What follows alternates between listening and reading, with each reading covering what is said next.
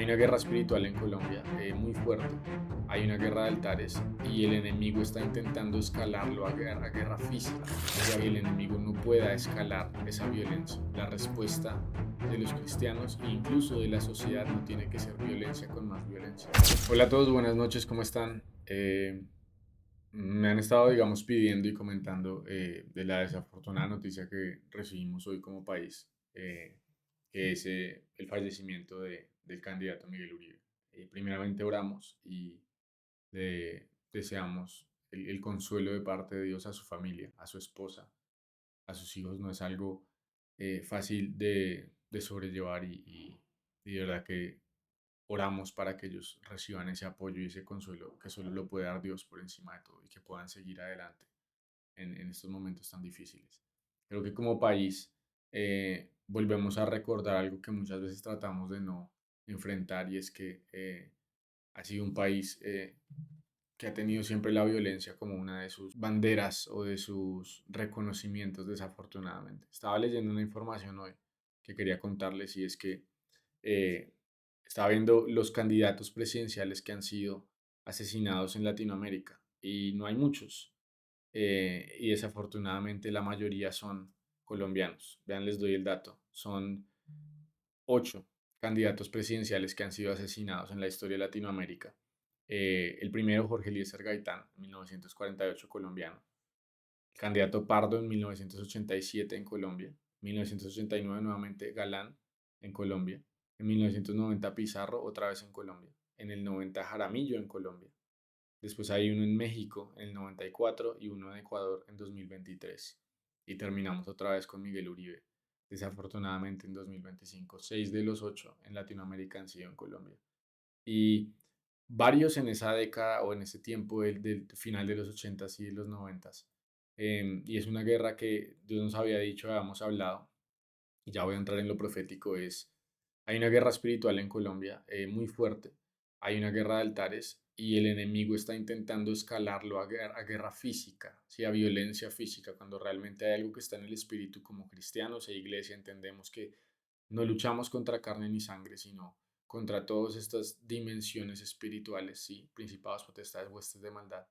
Y entendemos que hay una lucha que se está librando por el alma de la nación 100% espiritual y el enemigo va a querer escalarla hacia la violencia. Ese es nuestro primer punto de oración.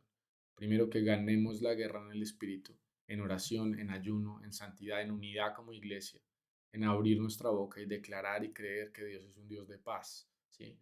Y que el Dios de paz destruirá a Satanás bajo sus pies. Pero también tenemos que orar que el enemigo no pueda escalar esa violencia. La respuesta de los cristianos e incluso de la sociedad no tiene que ser violencia con más violencia, tiene que ser que nosotros, digamos, no nos convertimos a ellos, sino ellos a nosotros. Entonces, la minoría que quiere ejecutar, digamos, sus ideas con violencia, es una minoría que no se tiene que perpetuar o que no se tiene que expandir a la forma en que el resto de la sociedad colombiana se va a comportar porque somos una nación que va a salir de la violencia y empieza con todos nosotros y esta nueva generación.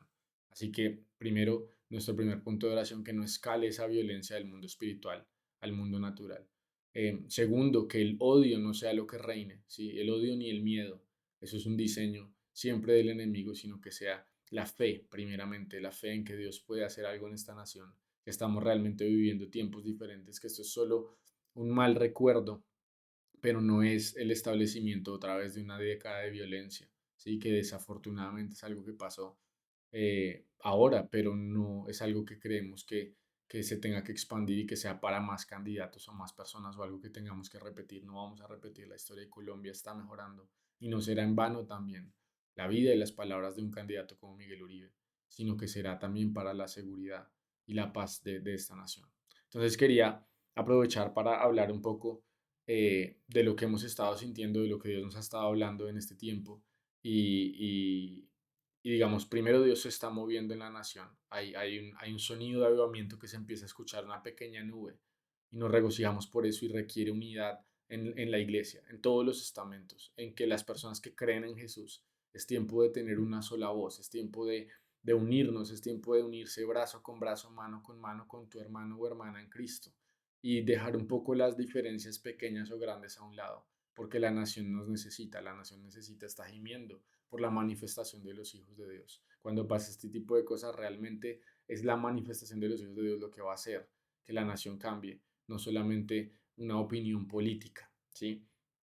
A partir de ahí hemos estado hablando también con diferentes pastores, grupos, asociaciones, profetas, y algo que hablábamos y llegábamos también a una conclusión es que en países como Estados Unidos, el pueblo cristiano ha tenido unas directrices muy claras de parte de Dios y bíblicas de que se hace en política. Y muchas veces aquí en Colombia lo que hemos tenido es que nos acomodamos un poco a lo que los candidatos digan. Entonces decimos, si un candidato es anti izquierda o anti esto o anti lo otro, pues voy a apoyar al candidato que más se me parezca a algo, y realmente no entendemos que nosotros como cuerpo de Cristo, como cristianos, como creyentes, estamos llamados a tener unas directrices claras a las cuales los candidatos tienen que ponerse de acuerdo también con el pueblo porque ellos representan al pueblo.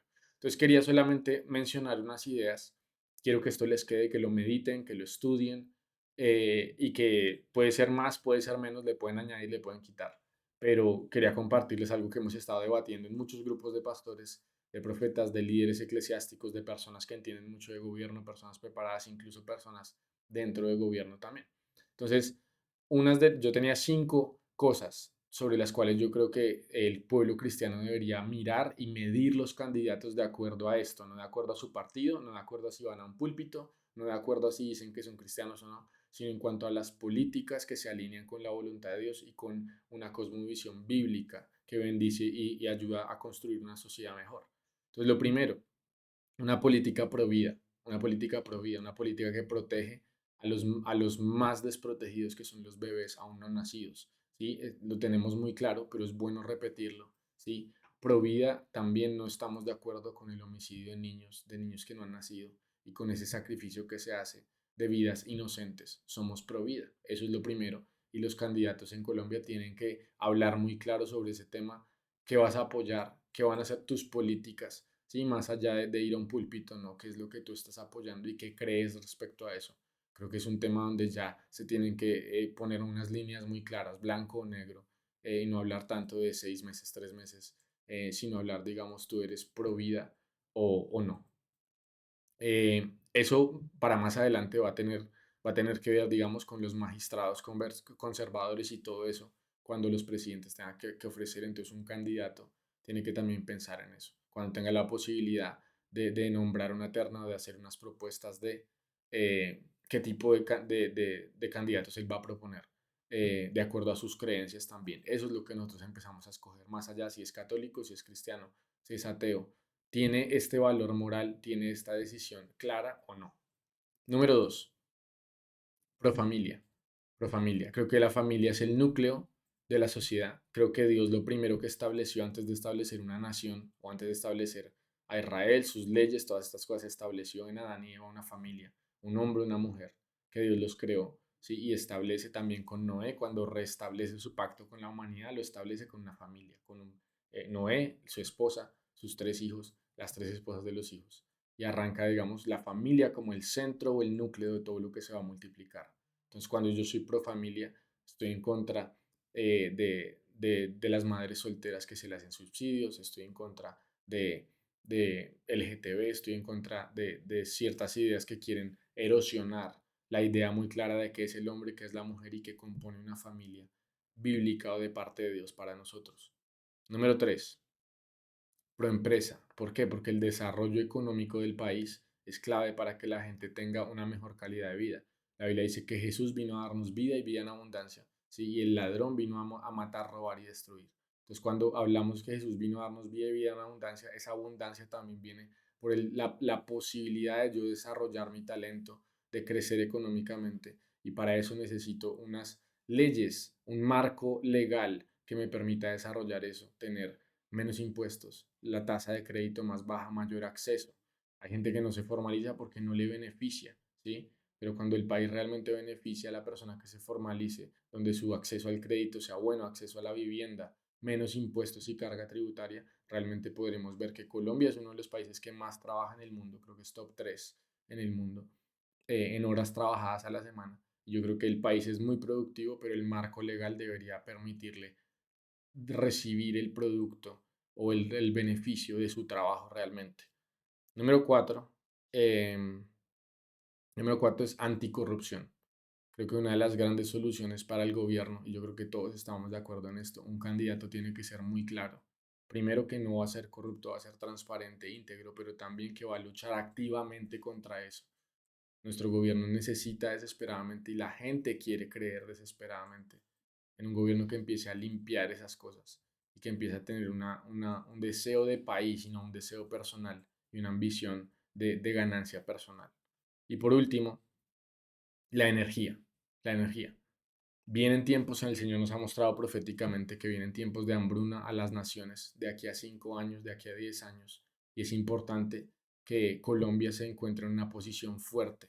Y para eso necesitamos tener la energía, necesitamos tener el petróleo, necesitamos tener el gas, necesitamos desarrollar capacidades propias para no depender de países extranjeros, aún en la agricultura, en la producción local, en poder desarrollar los alimentos, en poder usar bien las tierras y los cultivos. Entonces, esto no es lo último, ¿sí? No es definitivo, pero quiero dejarles estas ideas. Como cristianos tenemos que entender que somos parte clave y actores ciudadanos. Como todos nosotros tenemos un deber cívico de votar, de entender estas cosas para no votar solamente porque nos digan vota por este y aquello, sino entender. Y quiero que si a alguien esto le sirve, son puntos por los cuales ustedes pueden medir un candidato. ¿Qué está diciendo el candidato que yo estoy escuchando, que estoy viendo? Que muchos pastores están tomando foto con él o que está yendo a una iglesia o fue hoy a mi iglesia. Realmente, ¿qué dice el candidato de estas cosas?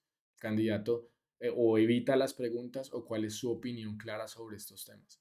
Y el pueblo cristiano tiene que empezar a ser un gran medidor de los estándares de Dios en una nación y empezamos con este tipo de cosas. No es definitivo, hay más, hay menos, por favor comenten.